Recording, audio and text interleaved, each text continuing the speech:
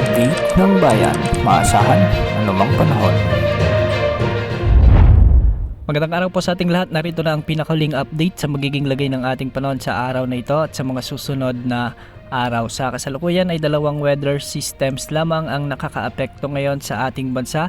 Ang umiiral na easterlies at na northeast monsoon o amihan. Dahil dito, asahan ang maalinsang panahon sa malaking bahagi ng ating bansa, samantalang malamig na panahon naman ang inaasahan sa ilang bahagi rin ng ating kapuluan. Dahil dito, unahin natin ang easterlies o ang mainit na hangin mula sa karagatang Pasipiko na dahilan kung bakit nagkakaroon tayo ng bahagyang maulap hanggang sa maulap na kalangitan na may mga isolated rain showers and thunderstorms sa buong Visayas, sa may buong Mindanao, Palawan, Sorsogon kasama na ang Masbate. Mag-ingat dahil hindi pa rin inaalis ang banta o posibilidad ng mga biglang pagbaha o pagguho ng lupa, lalo na kung may mga umiiral na katamtaman at minsan ay malalakas na pag-ulan.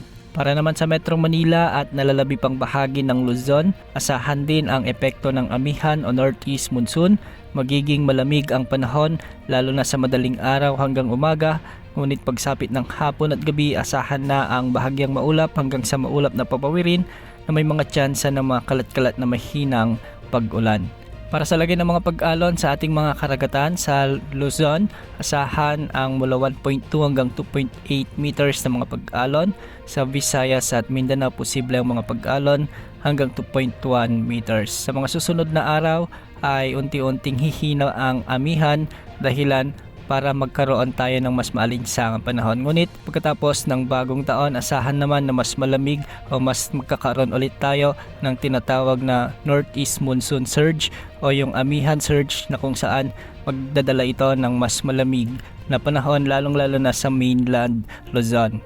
Para naman sa ating special weather outlook para sa bagong taon, sa Miyerkules, December 31, shearline ang pangunahing weather system na magdadala ng maulap na kalangitan na may mga kalat-kalat na pag-ulan at pagkidlat pagkulog sa bahagi ng Quezon Province at Camarines Norte. Samantala, dahil pa rin sa shearline o amihan, sa araw pa rin ito ng Wednesday, December 31, bisperas ng bagong taon, asahan pa rin ang maulap na kalangitan na may mga kalat-kalat na pag-ulan sa bahagi ng Ilocos Region, Cordillera Administrative Region, Cagayan Valley at Central Luzon. Samantalang easterlies naman ang makakaapekto sa nalalabing bahagi ng Bicol Region, Northern Samar, Eastern Samar at Palawan. Sa Metro Manila at nalalabing bahagi pa ng ating bansa, asahan din ang bahagyang maulap hanggang sa maulap na kalangitan na may mga tsansa lamang ng mga kalat-kalat na mahinang pag-ulan.